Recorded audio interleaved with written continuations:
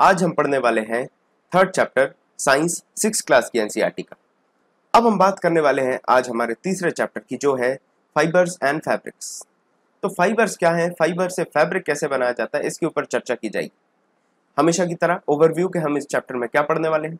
सबसे पहले तो हम देखेंगे कितने वैरायटी होती है फाइबर्स की, वैरायटीज के बाद टाइप्स देखेंगे, प्लांट्स में जो फाइबर्स होते हैं वो कैसे होते हैं, जो प्रोसीजर है कपड़ा बनाने का, जो क्लॉथ मेकिंग का प्रोसीजर है उसमें क्या स्टेप्स होते हैं।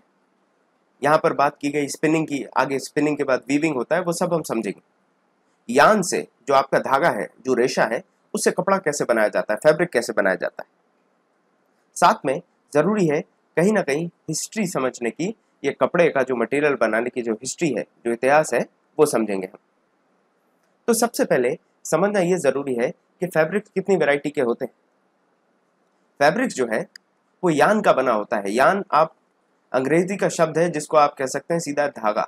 आपने कभी कभी देखा होगा, चुन्नी होती है, साड़ी होती है, उसमें हम पीको कर देते हैं, नहीं तो उसके धागे निकलते हैं। वो धागा जो है वो यान है, और उन्हीं धागों का बनता है आपका कपड़ा। उसी धागे को जब आप वीव कर देते हैं तो फैब्रिक बन जाता है। यहां से आप समझ गए होंगे यान का क्या मतलब। यान का एक और मैं आपको बुकिश तौर पे बता देता हूं। The thin strand of thread that we use, that is, यहां तक बात की गई यान की। thin strand of thread that we use is called yarn are made up still thinner strands। यहां पे आप देखते हैं कि जो फाइबर्स हैं, फाइबर्स आपके यान का बेस है। तो यान तो धागा है, लेकिन यान किससे बना है? यान बना है फाइबर से।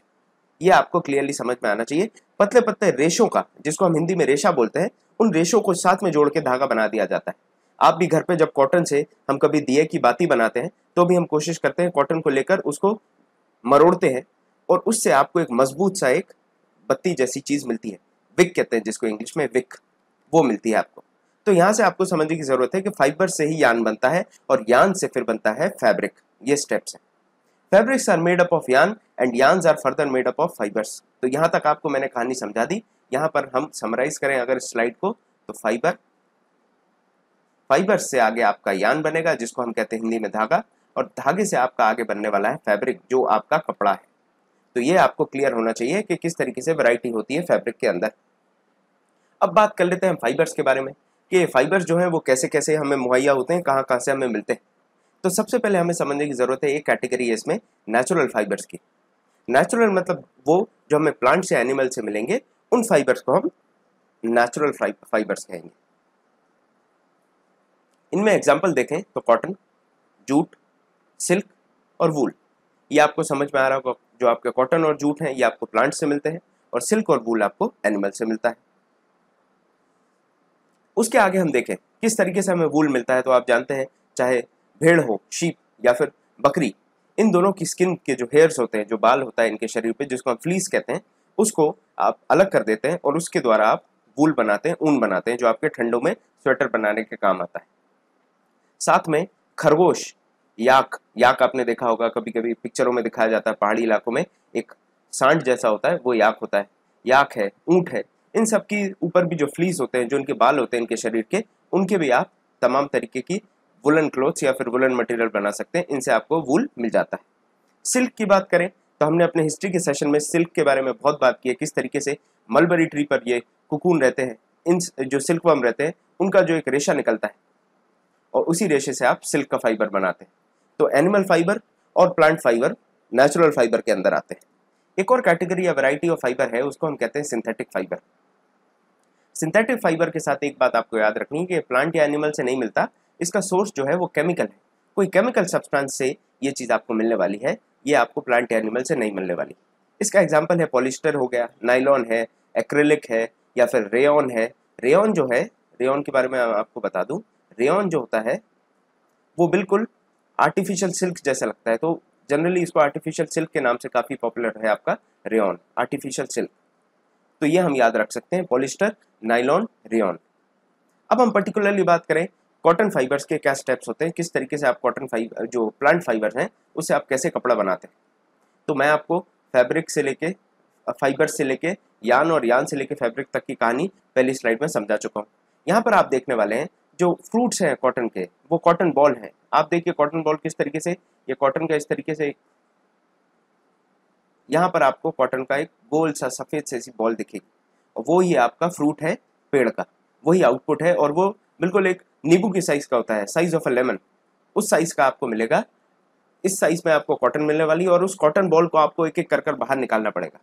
अब उस बाहर निकालने वाले प्रोसेस को, उसको अलग करने वाले प्रोसेस को आप कहते हैं जिनिंग। यहाँ ये बात आपको याद रखने की जरूरत है।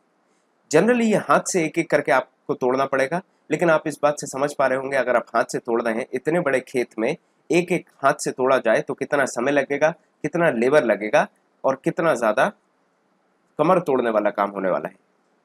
इसके लिए मशीन्स का भी प्रयोग किया जाने लगा है और आपने सुना भी होगा इंडस्ट्रियल रेवोल्यूशन के टाइम पे बात की जाती थी कि जिनिंग मशीन्स आ गई जो काम करती थी। लगभग 1750 के आसपास जब इंडस्ट्रियल रेवोल्यूशन आई तब कहा गया कि जिनिंग मशीन आ गई। तो जिनिंग मशीन पर्टिकुलरली वही थी जो कॉटन के जो फ्रूट है, जो बॉल है कॉटन की, उसको तोड़ने का काम करते थे, जहां पर आपको इंसान की जगह मशीन उपयोग कर सकते थे।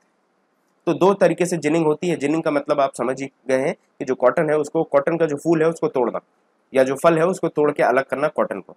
और जिनिंग के प्रोसेस चाहे तो आप ट्रेडिशनली लेबर के द्वारा, हाथ के द्वारा करें या फिर आप मशीन्स का प्रयोग करें। एक और बात इंपॉर्टेंट जो देखने वाली है कि ये जनरली ब्लैक सॉइल में उगता है और इसको वार्म क्लाइमेट चाहिए। इसलिए आपने देखा होगा महाराष्ट्र के आसपास के इलाकों में, तमिलनाडु में बड़ा पॉपुलर है, तमिलनाडु, कर्नाटका, ये वाले इलाकों में आपको ज़्यादा मिलेगा जो आपके बसाल्टिक रॉक्स है, बसाल्टिक रॉक्स वाले इलाके जहाँ पर ब्लैक सॉइल ज़्यादा मिलती है। साथ में वार्म क्लाइमेट चाहिए इसको, वार्म क्लाइमेट होगा तभी जाके ये अच्छा खासा ग्रोथ शो करता है। तो कॉटन के बारे में हमने ये जान लिया है। अब हम पढ़ते हैं जूट के बारे में। जूट आप बहुत अच्छे से इसके बारे में पढ़ चुके हैं, करंट अफेयर में काफ़ी बार ये रहता है। और यहाँ पर आप देखें जूट जैसे ही आपको दिमाग में आता है आपके दिमाग में वेस्ट बंगाल दिखने लगता होगा, और ये सही भी है क्योंकि वेस्ट बंगाल में सबसे ज़्यादा प्रोडक्शन होता है जूट का। अगर आप देखें तो लगभग 75% प्रोडक्शन वेस्ट बंगाल में होता है और उसके आसपास इलाके जैसे बिहार है और असम, यहाँ पर भी आपको देखने मिलता है प्रोडक्शन। जूट की खासियत यह है कि जूट की जो स्टेम होती है उससे आपको जो जूट का प्लांट की स्टेम होती है उससे आपको फाइबर मिलता है। इन स्टेम्स को तोड़कर पानी में बहुत दिन के लिए फुलाने रखा जाता है। इसीलिए यहाँ पर आप ये समझिए कि ये जो काम है जूट प्रोडक्शन का, ये वाटर इंटेंसिव है। बहुत ज़्यादा दिन इनको फुलाने के बाद इनको पीटा जाता है और इसमें से रेशे निकलते हैं और उन्हीं रेशों को आप निकालते हैं और उन रेशों को निकालने के समय आप फिर उससे बना लेते हैं अपना जूट। इसको कब काटा जाता है, इस पर्टिकुलर प्लांट को कब हार्वेस्ट किया जाता है? तो जैसे ये फूल देने की स्टेट में आता है, ये फ्लावरिंग स्टेट में आता है, जब इसके पौधे पे फूल आ जाते हैं तब इसका समय हो जाता है इसको काटने का। तो ये आपको समझ में आना चाहिए, जो हार्वेस्टिंग होगी तब होगी जब वो फ्लावरिंग करने लगेगा। तो ये मैंने आपको बता दिया कि इसको पानी में डुबा के रखना पड़ेगा कुछ दिन के लिए, उसके बाद आप स्टेम से फाइबर निकाल सकते हैं। स्टेम से फाइबर निकालने तक की तो बात कर ली हमने। अब हम बात करेंगे आगे किस तरीके से उस फाइबर से आप बना रहे हैं क्या, यान, धागा कैसे बनेगा, ये सबसे बड़ा सवाल। तो मैंने आपको समझा दिया था जिनिंग के बारे में। जिनिंग आप सबको मालूम है, फ्रूट को तोड़ना, कॉटन बॉल को तोड़ना। अब यहाँ पर आप देखें प्रोसेस ऑफ मेकिंग यान, तो जो यान या धागा बनाने का काम है फाइबर से, उसको आप स्पिनिंग कहते हैं। तो जो फाइबर से यान बनेगा, ये जो प्रोसेस है इसको आप कह रहे हैं स्पिनिंग। दूसरी चीज भी हम याद कर लेते हैं। पहले हमने याद कर लिया कि जिनिंग क्या होता है, अब स्पिनिंग याद कर लेते हैं। जिन, पिन, स्पिन, इस तरीके से हम याद कर सकते हैं। जिनिंग हो गई, स्पिनिंग हो गई। अब इस प्रोसेस में आप देखेंगे कि एक तरफ एक ढेर लिया जाएगा कॉटन या फिर वूल का और उसको बहुत छोटे से सुराख से खींचा जाएगा, मोड़कर। जैसे हम बत्ती बनाते हैं, मैंने आपको बताया, उसी तरीके से मोड़कर खींचा जाएगा। जब आप मोड़ के खींचेंगे तो वो धागे का रूप ले लेता है और यही प्रोसेस है जिससे आप धागा बनाते हैं। ये एक हैंडल होता है, हैंडल स्पिंडल भी होता है, जिसको आप तकली कहते हैं। और चरखा तो आप जानते ही हैं। चरखा आप क्यों जानते हैं ये आपको अब इस पिक्चर देख के समझ में आ जाएगा। आपके, हमारे सबके father of nation Mahatma Gandhi, जिनने चरखा काफ़ी ज़्यादा पॉपुलराइज करा था, इन्होंने किस तरीके से ये कहा कि हमें वेस्टर्न मेड क्लोथ्स नहीं पहनने, हमें कोशिश करनी कि हम अपने घरों में ही कपड़े सिलें और उन्हीं कपड़ों को यूज़ करें, उन्हीं कपड़ों को पहने, जिन्होंने खादी काफ़ी पॉपुलर कर दिया था। साथ में आपको याद हो जो एमएसएमई की मिनिस्ट्री है, एमएसएमई के अंदर, मिनिस्ट्री ऑफ एमएसएमई है, उसके अंडर में आता है आपका केवीआईसी। ये सवाल भी आ चुका है, तो केवीआईसी के बारे में हमें पता होना चाहिए। 1956 में एस्टैब्लिश हुआ था और यह आपका khadi and village industries commission जो है, इसका एक ही काम है किस तरीके से आप प्रमोट कर पाए खादी का यूज़ और उसको पॉपुलराइज कर पाए। तो ये चीज़ आपको याद रहनी चाहिए।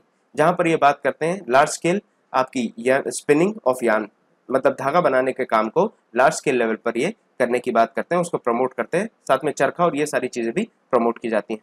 दिल्ली में इसका काफ़ी अच्छा म्यूजियम बनाया गया सीपी में, जहाँ गांधी जी का चरखे की डिज़ाइन रखी गई है और उस सब के बारे में बात की गई। अब हम बात करें, पहला प्रोसेस हमने देख लिया। पहला प्रोसेस क्या था? फाइबर से आपको बनाना था यान। धागा तक तो हम पहुंच गए, धागे तक पहुंच गए, अब हमें धागे से पहुंचना है कपड़े तक। अब हमें चाहिए क्लॉथ। तो इस प्रोसेस को, जो आपका यान से क्लॉथ बनाने का या फिर फैब्रिक बनाने का प्रोसेस है, इसको आप कहते हैं वीविंग। तो आप समझ गए, यहाँ पर मैं आपको बता दिया हूँ, यहाँ पर होगी आपकी जिनिंग, जी से जिनिंग, एस से स्पिनिंग और फाइनली आपकी वीविंग होगी और वीविंग से आपको मिल जाएगा कपड़ा। अब कपड़ा तो आपको मिल गया, लेकिन उसका आपको जीन्स बनाना है, शर्ट बनानी है, पैंट बनाना है, तो ये सारी चीज़ें कैसे होंगी? तो इसको कहते हैं आप निटिंग। तो यहाँ पर आपका आ जाएगा के फॉर निटिंग। तो यहाँ से आपको प्रोसेस क्लियर है, GSWK, ये प्रोसेस है आपका कपड़ा बनने का पूरा। तो जब आपका धागा मिल जाता है, उसमें आप देखेंगे किस तरीके से स्टेप्स किए जाते हैं। हॉरिजॉन्टल और वर्टिकल तरीके से धागे को एक दूसरे में इंटरलॉक कर दिया जाए तो वो कपड़े का फॉर्म ले लेता है। ये चीज़ होती है आपकी वीविंग।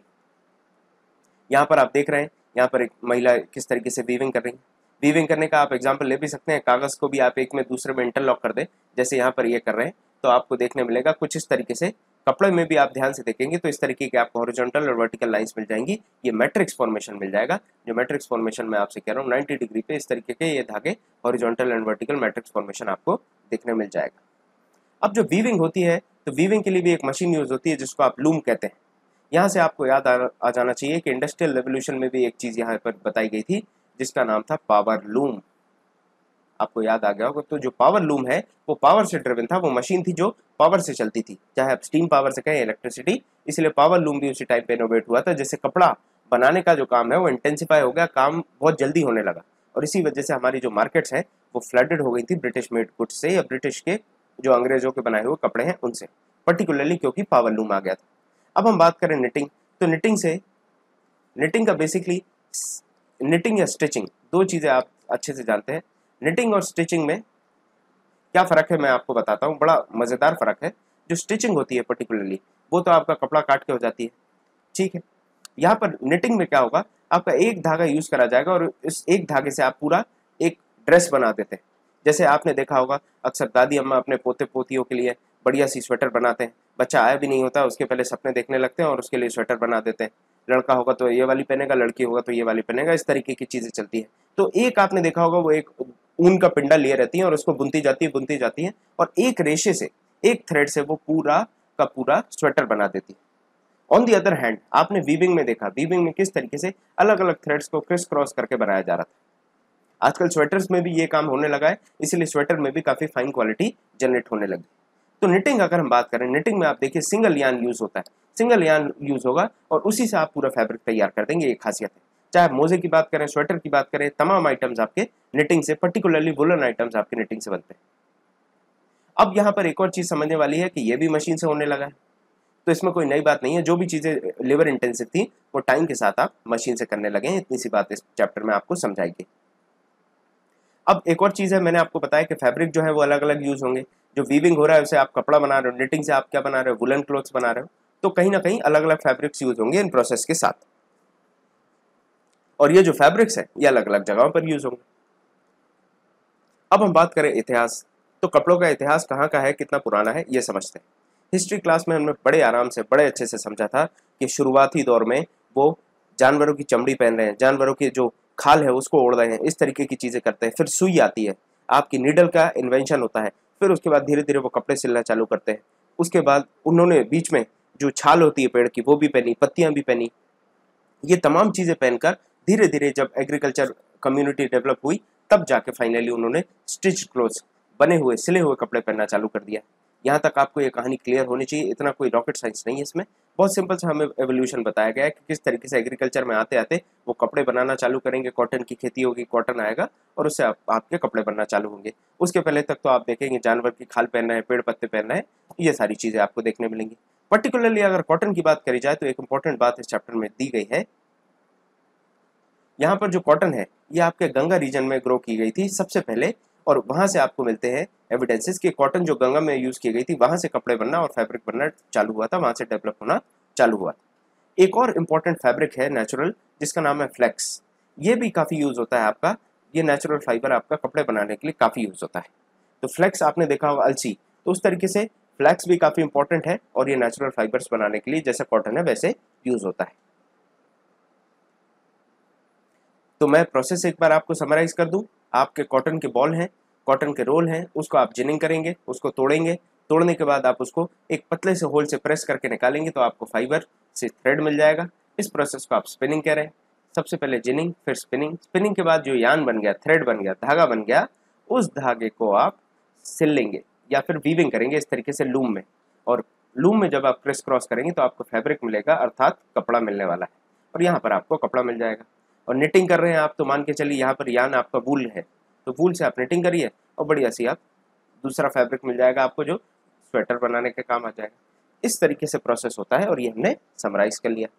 हमेशा की तरह परंपरा अनुसार हम आपसे कुछ सवाल पूछ रहे हैं, आप स्लाइड को पॉज करें, सवालों का जवाब दें और फिर मेरे पास वापस आए।